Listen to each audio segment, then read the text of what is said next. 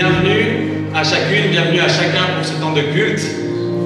Quelle joie de vous voir tous présents pour célébrer le royaume de Dieu qui s'approche et qui est déjà là au milieu de nous. Bienvenue aux enfants, ça fait plaisir de vous voir. Vous savez, Jésus a dit, vous êtes les premiers du royaume et l'exemple à suivre. Alors merci de nous édifier par votre présence. Merci aux familles qui les accompagnent, d'avoir le courage de venir à l'église. Merci à tous ceux qui sont de passage, que je ne connais pas encore, et à tous ceux qui sont des fidèles, des habitués, qui semaine après semaine nous font le plaisir d'être là pour célébrer ensemble. Un tout grand merci aussi à la chorale d'être là, Lausanne Gospel Revival, qui va animer ce culte en chanson. Et c'est toujours une grande joie de vous recevoir. Merci. Merci aussi à Mina Balissa qui va accompagner des cantiques. Et puis à l'église du Jesus Coming Back qui nous soutient aujourd'hui, qui est là aussi. Et notamment qui fera une partie de la louange avec la chorale. Alors merci à vous d'être là. C'est pour moi une joie toute particulière de vous retrouver aujourd'hui, parce que j'ai été beaucoup absent. J'ai fait un mois où j'étais presque pas là, entre des formations, des retraites communautaires avec le conseil de paroisse. Il faut savoir qu'on s'est réunis le week-end dernier pour réfléchir à l'avenir de notre Église, aux solutions qu'on pourrait donner pour s'inscrire en phase avec le monde contemporain, tout en portant un message et une bonne nouvelle qui est essentielle pour nous. Et c'est le message de l'Évangile. Alléluia. Aujourd'hui, ça va être un culte très musical. Ce ne sera pas un culte très conventionnel. Alors si vous êtes venu chercher du tradi, il est encore temps de s'enfuir. Voilà. Personne ne vous en voudra, mais voilà, vous pouvez encore vous échapper. C'est un culte en fait un peu laboratoire, qu'on appelle culte mosaïque, qui pour le moment a lieu une seule fois par mois, et qui est axé sur la louange, sur l'accueil des enfants, des familles, et sur la diversité des cultures. Voilà. Aujourd'hui, on va parler du sermon sur la montagne. Vous savez, ce moment où Jésus dit les béatitudes. Bienheureux les pauvres en esprit, car le royaume des cieux est à eux. Et ce moment où il dit aussi, vous êtes le sel de la terre, vous êtes la lumière du monde. Ce sera le thème du message d'aujourd'hui. On va s'accueillir les uns les autres. Et j'aimerais du coup, pour s'accueillir, qu'on s'accueille mutuellement, et j'aimerais m'assurer que tout le monde peut se mettre par deux. Alors si vous pouvez vous lever, je vous invite à vous lever, ceux qui peuvent du moins, et à vérifier que vous avez quelqu'un à côté de vous. Au moins une personne avec qui vous pouvez être un peu en binôme, même si on peut se mettre par trois si on n'arrive pas à se mettre par deux. Et sinon, changez de place. Essayons d'arriver à se mettre par deux ou par trois s'il faut, mais de dire qu'on fait un petit groupe. Hélène, tu es avec Raniero. Et maintenant, si on y est arrivé, vous allez regarder votre voisin et lui dire « Tu es béni, bienvenue à toi ». Tu es béni, bienvenue à toi. Vous pouvez encore regarder votre voisin et dire « Je rends grâce à Dieu pour ta présence aujourd'hui ». Je rends grâce à Dieu pour ta présence aujourd'hui. Alléluia, moi aussi je rends grâce à Dieu pour votre présence. Vous pouvez vous rasseoir.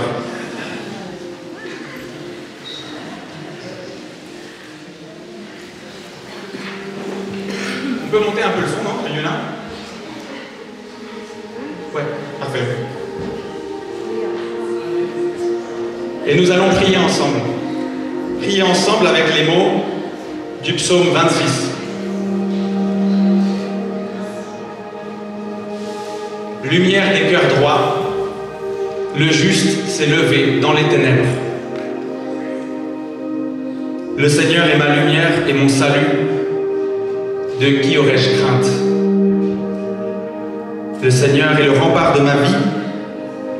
Devant qui tremblerais-je?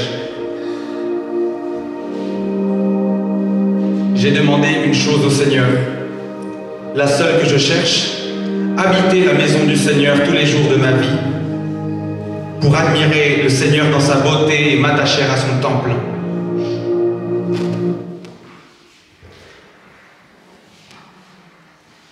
C'est ta face, Seigneur, que je cherche. Ne me cache pas ta face. N'écarte pas ton serviteur avec colère. Tu restes mon secours. On y arrive? Ne me laisse pas, Seigneur, ne m'abandonne pas, Dieu mon salut. Mon père et ma mère m'abandonnent, mais le Seigneur me reçoit. Enseigne-moi, Seigneur, ton chemin. Conduis-moi par des routes sûres malgré ceux qui me guettent. Ne me livre pas à la merci de l'adversaire. Contre moi se sont levés de faux témoins qui soufflent la violence. Mais j'en suis sûr, je verrai les bontés du Seigneur sur la terre des vivants. Espère le Seigneur.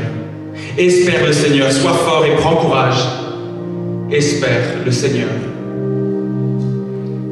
Gloire à toi, Seigneur. Seigneur, en ce dimanche, nous voulons te demander pardon pour toutes les fois où nous ne laissons pas passer la lumière.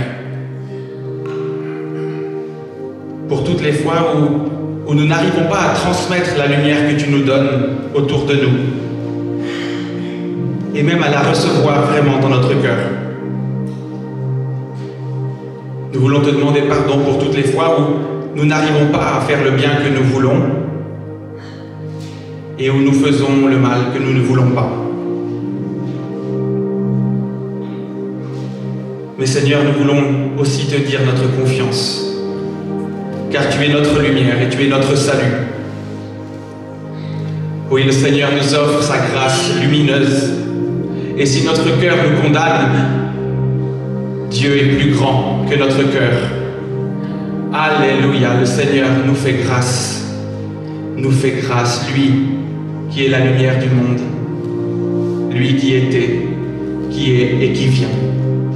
Amen. Et nous allons chanter ensemble, toi.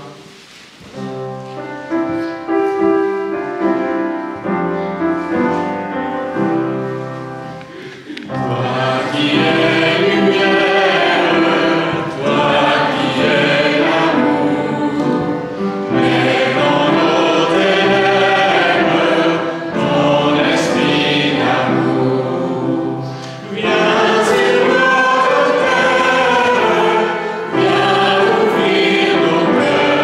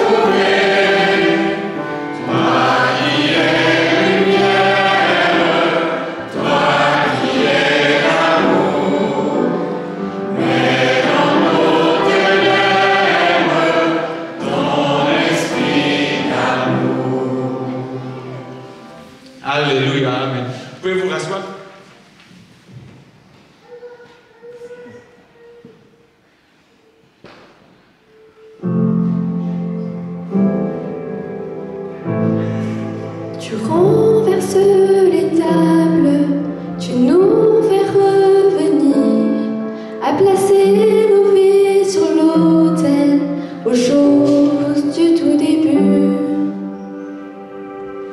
Tu purifies le temple, tu retiens la poussière, car nous sommes de ta possession, nous sommes ton église, nous sommes ton peuple.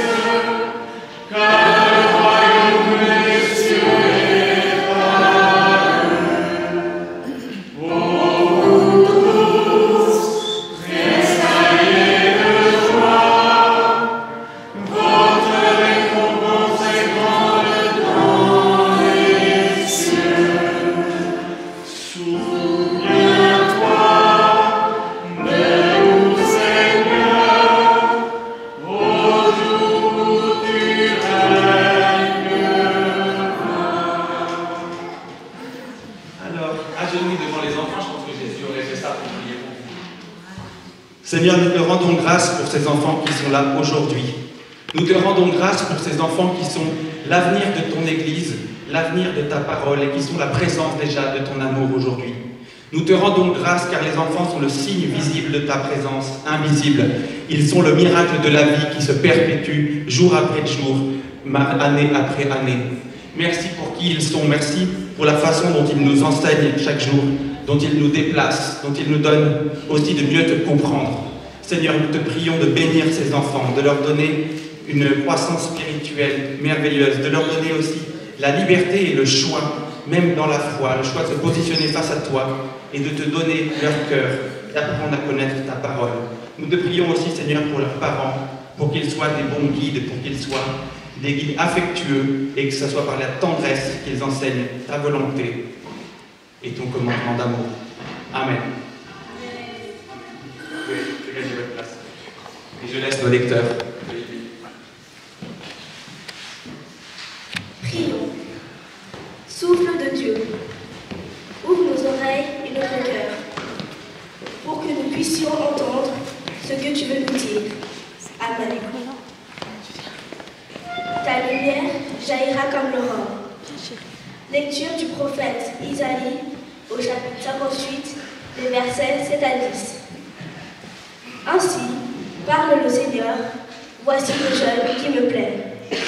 C'est partager ton pain avec celui qui a faim. Loger les pauvres qui n'ont pas de maison. Habiller ceux qui n'ont pas de vêtements. Ce n'est pas te détourner de celui qui est ton frère. Alors, ta lumière jaillira comme l'aurore, et ta plaie se fermera vite.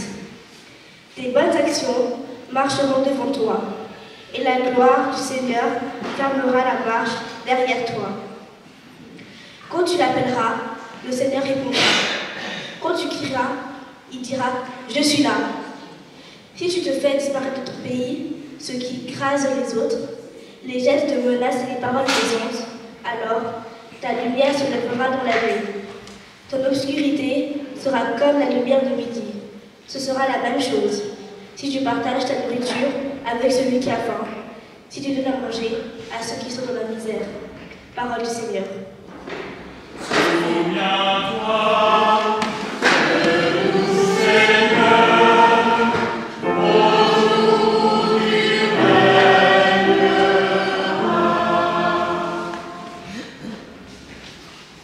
Alléluia, Alléluia. Moi, je suis la lumière du monde, dit le Seigneur. Celui qui me suit aura la lumière de la vie. Alléluia.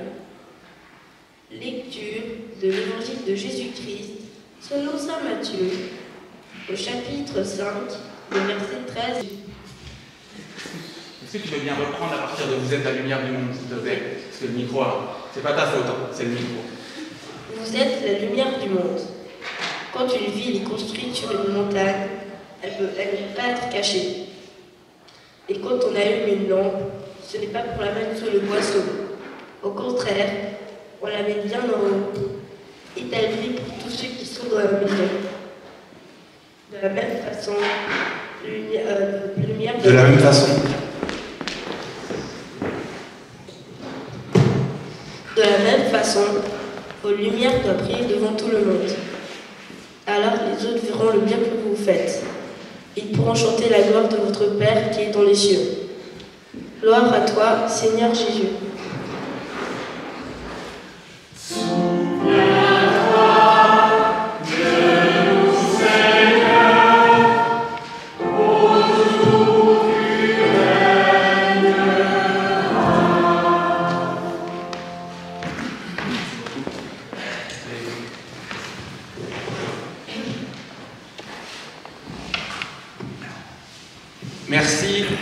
d'être venu aujourd'hui pour éclairer la maison du Seigneur. C'est ce que dit le texte. Merci d'avoir fait le chemin à l'église pour que votre lumière brille aujourd'hui dans cette maison. Comme le Seigneur l'a dit, vous êtes la lumière du monde, vous êtes le sel de la terre. Alors, vous pouvez dire à votre voisin, comme tout à l'heure, tu es la lumière du monde. Alléluia.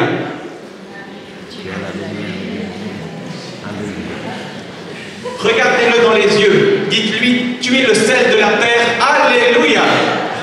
Le sel de la terre. Alléluia. Alléluia. Merci Seigneur Jésus pour tout ce sel, pour toute cette lumière qui nous réchauffe le cœur aujourd'hui. Alors, être sel et être lumière, sans perdre la saveur, c'est tout un programme. Il manquerait plus que je perde quelques cheveux, puis que j'ai la grosse voix de Philippe Etchebest, et on serait dans Top Chef. Hein. Mais la question, c'est qu'est-ce que Jésus a voulu dire par ces expressions qui sont poétiques, on peut dire. Eh bien, je vais revenir sur chacune des expressions, aussi en les remettant dans le contexte de l'époque. Il y a 2000 ans, ça avait un certain sens de parler de sel et de lumière. En effet, à l'époque de Jésus, le sel, c'était notamment un fertilisant. C'était un engrais qui permettait que les plantes poussent. Mais un certain sel, pas celui qu'on utilise. Puis c'était aussi, ça on s'en sert toujours comme ça, un puissant conservateur. Ça protégeait les aliments de la putréfaction. Et donc, quelque part, aujourd'hui, Jésus nous dit, vous êtes le sel de la terre, vous êtes la lumière du monde, et surtout le sel de la terre, ça signifie, vous êtes un conservateur, vous préservez le monde de la destruction. Et en même temps, vous êtes le fertilisant du monde, vous êtes l'engrais du monde, qui permet que ce monde donne son plein fruit. C'est pour vous dire qu'on a une mission sacrément importante, protéger le monde de la destruction, et lui permettre de porter tous ses fruits. Mais, nous dit Jésus, le sel peut perdre sa saveur. Alors ça peut nous surprendre aujourd'hui parce qu'on n'a pas l'habitude que le sel n'ait plus le goût du sel. Mais en Israël antique, le sel il se présente sous forme de roches. Ça peut être des roches de plusieurs mètres, hein. Ça peut être des grosses roches. Et c'est pas de la poudre comme ça qu'on peut mettre dans les aliments. Et cette roche, voyez-vous, parfois il y a des petites parties qui s'en détachent, un peu comme la banquise qui se coupe en morceaux. Et quand une partie de la roche se détache, elle est exposée au vent, à la pluie, au soleil, et alors la roche du sel peut perdre la saveur du sel. Et donc, ce que nous dit Jésus pour nous aujourd'hui les chrétiens, c'est important. Ça veut dire qu'on peut avoir l'apparence du sel, l'apparence du chrétien, mais avoir perdu la saveur du sel, la saveur du chrétien. On peut avoir l'aspect scintillant de la sagesse divine, mais avoir perdu le goût de la sagesse divine. Avoir perdu, ça veut dire son esprit profond. Un petit peu peut-être, comme on peut dire qu'un certain judaïsme avait perdu l'esprit profond de la Torah. Et c'est ce qui l'a poussé à mettre Jésus en croix. Alors comment faire? Comment faire pour ne pas perdre le goût, la saveur plutôt du sel? Eh bien, c'est très simple. Moi, ce que je dirais, c'est qu'il faut rester d'abord, premièrement, collé au rocher. Si on ne se détache pas du rocher, il est plus facile de garder le goût, la saveur du sel. C'est un peu comme aujourd'hui, on dit parfois, oui, les jeunes, avec le smartphone, ma génération, hein, je dis les jeunes, mais j'en suis vraiment. Avec ma génération, on a le smartphone collé dans la main. Vraiment, c'est une extension du bras. Et bien, c'est comme ça qu'il faudrait être avec l'enseignement de Jésus. Être collé au rocher par la main, ne plus pouvoir s'en détacher. Il faudrait avoir Jésus vraiment greffé dans notre main, dans notre cœur. Un peu comme le dit ce verset du Cantique des Cantiques. Hein. Tu seras comme un sceau sur mon bras, comme un sceau sur mon cœur. Avec les mots de l'apôtre Paul, ça pourrait être tu seras dans la prière continuelle, tu prieras sans cesse, tu seras dans la louange perpétuelle en entonnant un cantique nouveau. Et je vous invite à faire cette expérience de l'unité avec le rocher, de sentir votre connexion profonde avec ce rocher qui est le Christ.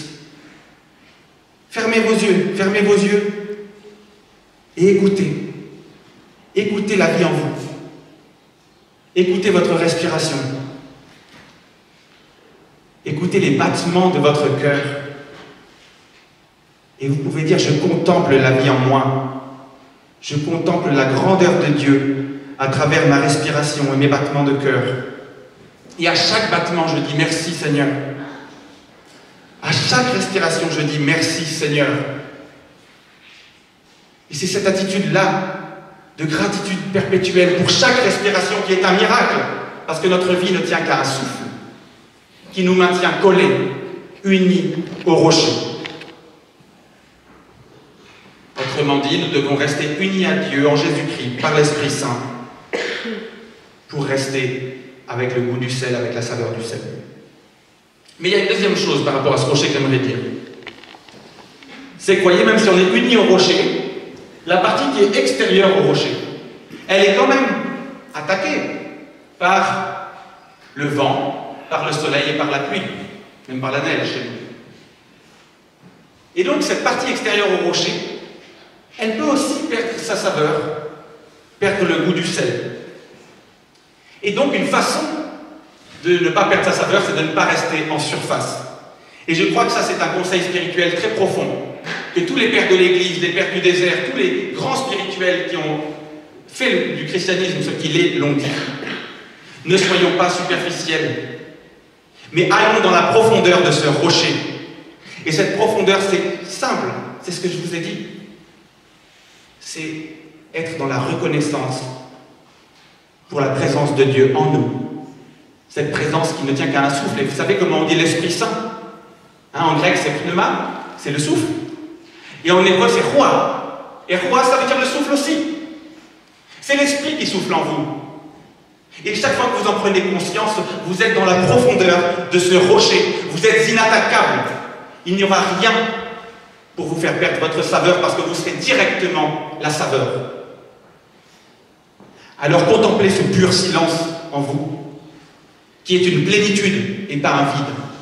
C'est une plénitude où se trouve Dieu et où se trouve votre sel éternel. Alors, comme vous l'avez compris, être sel de la terre, ça veut dire être débordant d'amour pour Dieu, in fine. Et j'aimerais entendre cet amour qui déborde par un Alléluia. Alléluia. J'ai pas entendu. Alléluia. Amen. Amen. Et puis Jésus nous dit ensuite, une phrase peut-être encore plus compliquée au demeurant, vous êtes la lumière du monde. Et cette phrase est assez compliquée à comprendre, alors je me dis peut-être si on l'entend dans une autre langue, ça nous aidera à la comprendre. Alors j'aimerais que s'il y en a qui sont à l'aise dans une autre langue que le français, puissent nous dire comment on dirait vous êtes la lumière du monde dans une autre langue. Je sais qu'on a un italophone excellent ici qui pourrait nous dire comment on dit vous êtes la lumière du monde. Voi siete la luce del mondo. La luce del mondo. Écoutez cette poésie, déjà on en sait plus sur la lumière du monde. Merci. Quelqu'un aurait une autre langue à proposer? Ah, magnifique. Sie sind das Licht der Welt. Sie sind das Licht der Welt. Ah là là, que c'est beau. L'allemand chante. Est-ce qu'on pourrait avoir du tigrignard ou de la marque, quelque chose? J'essaye pas de répéter, mais c'est magnifique. Magnifique, magnifique. Encore une autre langue? Oh là là, j'essaye pas non plus. Amérique, ah là là. Magnifique. Encore? Il y a presque shalom dedans, hein, on a la musique. Est-ce qu'on aurait du lingala aussi, pas? Quelle langue? C'est quelle langue?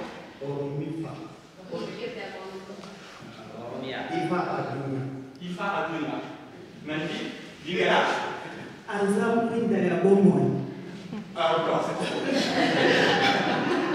Oh là là, que c'est beau. En anglais, on n'a pas l'anglais. Ah, quelqu'un a l'anglais? Ah là là, vraiment, on a toutes les langues du monde, mais pas l'anglais. You are the light of the world. Alléluia! Ok. Alors moi, je vais vous confier une traduction que j'aime beaucoup, c'est l'hébreu, et ça veut dire Ner Olam. Et Ner Olam en hébreu, ça veut dire lumière du monde, donc. Vous êtes la lumière du monde, mais c'est un titre. qu'on donnait aux rabbins les plus éminents. Dans le judaïsme antique, être le Necholam, c'est être le Maïmonide, être celui qui a le grand rabbin. Et c'est vous dire combien Jésus, par toute cette poésie qu'il nous donne, nous aime, et combien il a confiance en nous, pour nous appeler les Necholam aussi, pour nous appeler grands rabbins. Et c'est vrai que la Bible dit qu'on est tous prêtres, prophètes et rois. Et donc, on a entendu toute cette lumière qui est dans toutes les langues et dans cette expression, et j'aimerais vous attirer votre attention sur une forme de paradoxe. C'est que vous voyez, la partie extérieure du rocher, elle reçoit la lumière du soleil. Elle reçoit la lumière, on va dire, voilà, de l'univers. Mais la lumière, mais lorsqu'on est dans la profondeur du rocher, je vous ai invité à descendre dans la profondeur du rocher, eh bien il n'y a plus la lumière de l'extérieur. Mais c'est justement là où nous devenons la lumière de l'univers. Et Jésus nous dit, descendez dans le rocher, c'est-à-dire dans la ténèbre, où vous serez la lumière de l'univers. Dieu, comme c'est important, vous serez le rayonnement qui irradie l'univers. Et ce rayonnement, du coup, il ne sera pas que pour vous, il sera pour tout le monde. Exactement comme le sel qui doit être partagé. Et c'est ce qui nous différencie des stars du show business.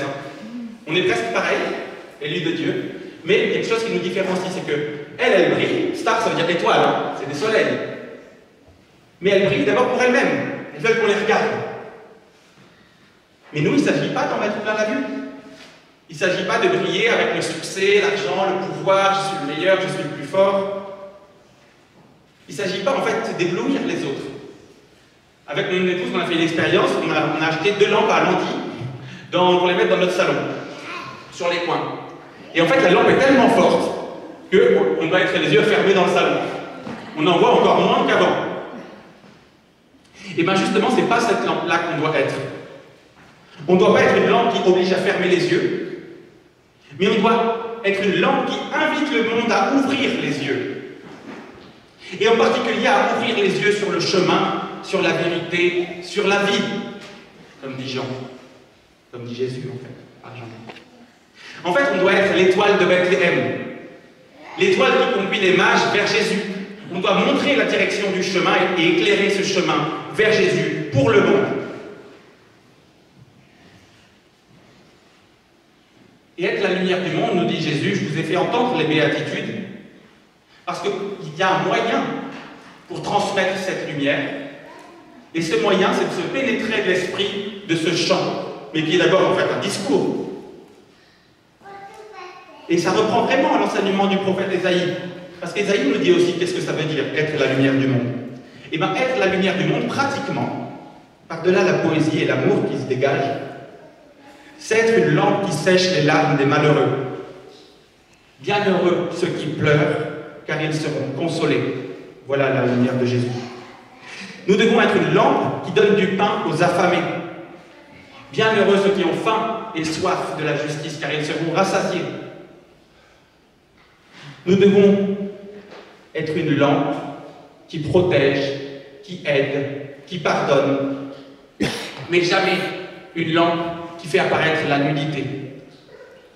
Des fois, si on est nu, on peut dire la lumière vient sur moi, je suis la nu. Non, j'étais nu et vous m'avez couvert.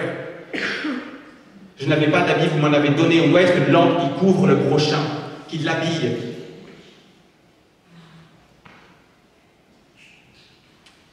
Et c'est ainsi, dans cet esprit des béatitudes, que notre lampe brillera devant les hommes. Alors, vous voyez, on a une sacrée mission. Cette sacrée mission, c'est d'être la lumière en étant unis à Dieu et en faisant le bien. Mais j'aimerais encore attirer votre attention sur la fin de ce texte. C'est que pour Jésus, faire le bien, ce n'est pas juste produire une bonne action, c'est aussi produire un témoignage. Le bien n'est pas bien par lui-même. Est-ce qu'on peut avoir le texte de l'Évangile, s'il te plaît? Voilà. De même que votre lumière brille devant les hommes, alors voyant ce que vous faites de bien, ils rendront gloire à votre Père qui est dans les cieux. Faire le bien permettra aux hommes de rendre gloire à notre Père qui est dans les cieux. Et vous voyez, c'est en fait ce qui distingue le croyant du non-croyant. La personne qui ne croit pas en Dieu est capable de faire le bien. Alléluia. Parce qu'elle a été créée comme nous à l'image de Dieu, et parce qu'elle a de la bonté en elle, elle peut tout à fait faire du bien, et des fois ils en font plus que nous. On a honte des fois, on est là, oh là là, on les voit, ils ne croient pas en Dieu, mais qu'est-ce qu'ils sont forts pour faire le bien. Mais nous, à la différence d'eux, lorsqu'on fait le bien, on ne se glorifie pas. On ne dit pas je fais le bien parce que je suis bon. C'est une nuance, on dit je fais le bien parce que Dieu m'a créé bon. Donc je ne porte pas le bien comme une qualité qui me serait propre, mais comme un don que je reçois de Dieu. Et c'est ce qui me permet de dire lorsque je fais le bien, je te loue Seigneur de ce que je suis une créature merveilleuse. Vous reconnaissez ce verset, c'est le psaume 139. Je te loue Seigneur de ce que je suis une créature si merveilleuse. Et en faisant ça, je te loue Seigneur pour le bien que je fais parce qu'il vient de toi. Je rends à César ce qui est à César. C'était important pour Jésus de rendre à César ce qui est à César. Et donc nous pouvons dire, nous faisons le bien, mais le bien que nous faisons ne nous appartient pas. Nous sommes le sel de la terre, oui, parce que Dieu nous donne de l'être. Nous sommes la lumière du monde parce que Dieu brille en nous. Jésus, le Christ, lumière intérieure, ne laisse pas les ténèbres me parler. Jésus, le Christ, lumière intérieure, donne-moi d'accueillir ton amour. Donc, nous brillons parce que Dieu brille en nous, et c'est ce qui nous différencie des autres. Parce que nous avons cette humilité-là, ou parce que nous devons l'avoir si nous ne l'avons pas. Nous y sommes invités. Et ce que j'aimerais juste terminer là-dessus, c'est que ce qui va convaincre les non-croyants de croire en Dieu, ce n'est pas le bien que l'on fait. C'est notre humilité devant le bien que l'on fait. Et moi, j'ai été presque converti par ça. J'ai vu des gens incroyables qui me disaient, mais moi je ne suis pas quelqu'un de bien, le bien m'est donné par Dieu, c'est une grâce, mais moi je ne me crois pas meilleur que quelqu'un d'autre. Et ça, c'est le témoignage qui fera qu'on croira et qu'on rendra gloire à Dieu le Père. De dire chaque jour, merci Seigneur, aujourd'hui tu m'as poussé à aider cette personne. Merci Seigneur, aujourd'hui tu m'as poussé à essuyer les larmes de ce malheureux. Tu m'as amené à m'arrêter dans la rue pour parler avec cette personne qui avait besoin d'aide. Tu m'as aidé. Merci Seigneur.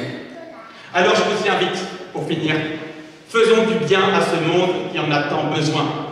Faisons du bien à ce monde qui en a tant besoin. Embrassons les malheureux. Consolons ceux qui pleurent. Nourrissons ceux qui ont faim. Mais toujours,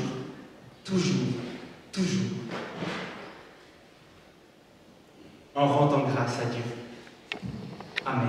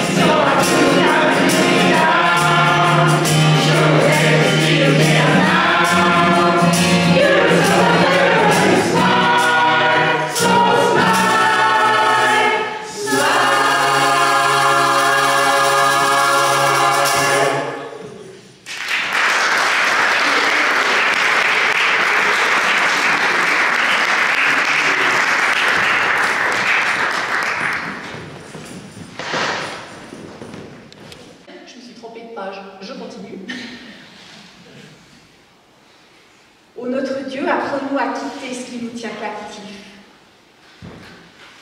Fais-nous passer sur l'autre rive, celle de la tendresse de l'esprit. Seigneur, nous te prions. Nous te prions pour notre monde politique, monde économique. Donne-lui et à chacun de ses acteurs de rechercher la vie de partage et de justice. Seigneur, nous te prions. Pour les jeunes qui sont de passage dans notre Église, pour les jeunes qui cherchent goût et lumière pour leur vie, pour l'Église et pour chacun de notre assemblée, que nos cœurs et nos corps te rendent grâce, Seigneur, nous te prions. Pour nos églises sœurs, pour l'église Jesus is Coming Back, pour l'église protestante réformée du Cameroun, pour la paroisse de Saint-Laurent-les-Bergères et pour toutes les églises qui ont à cœur l'évangile du Christ, Seigneur, nous te prions. Et maintenant, nous pouvons prier librement le Seigneur à haute voix au douce craie de notre cœur.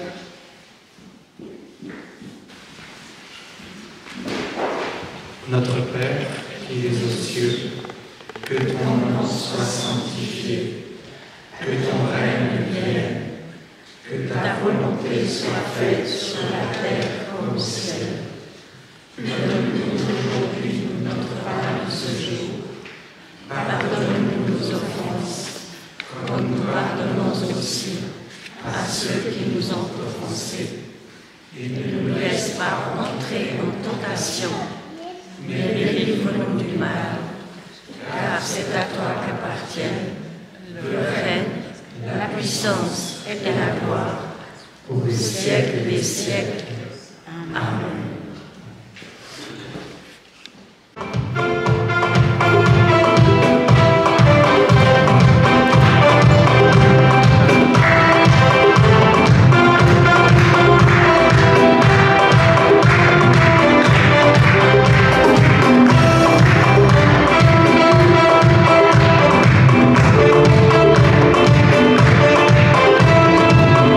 Il a osé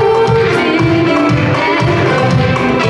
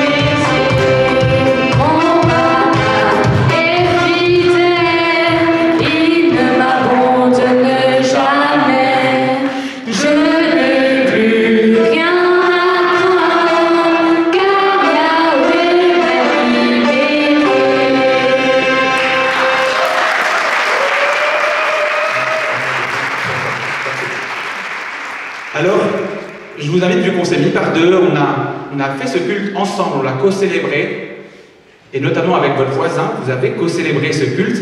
Alors on va finir par une bénédiction qu'on va se donner entre nous. C'est la bénédiction que j'ai lue avec le pasteur Tesfaye lors du culte de Jesus is Coming Back le 8 janvier. Donc, on peut se relever pour se donner la bénédiction, se dire au revoir, puisque Dieu parle dans le visage de l'autre. Et donc, chacun, vous allez lire pour votre voisin ce verset. Est-ce que quelqu'un veut venir avec moi? Moi, je suis tout seul. Est-ce que quelqu'un est tout seul? Larry, voilà. Donc, je lis le verset pour toi, tu le lis pour moi, et on fait tous pareil. Que l'Éternel te réponde lorsque tu es dans la détresse.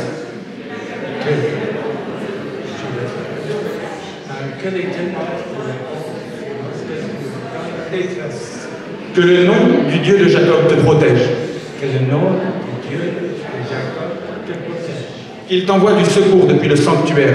Qu'il t'envoie du secours depuis le sanctuaire. Depuis Sion, qu'il te soutienne. Depuis Sion, qu'il te soutienne. Qu'il se souvienne de toutes tes offrandes. Qu'il se souvienne de toutes tes offrandes. Qu'il te donne ce que ton cœur désire. Qu'il te donne ce que ton cœur désire. Et qu'il accomplisse tous tes projets. Qu'il accomplisse tous tes projets. Que la paix de Dieu, qui surpasse toute compréhension, garde nos cœurs, nos pensées et nos actes dans Jésus le Christ, au nom du Père, du Fils et du Saint-Esprit. Amen. Bon dimanche à tous.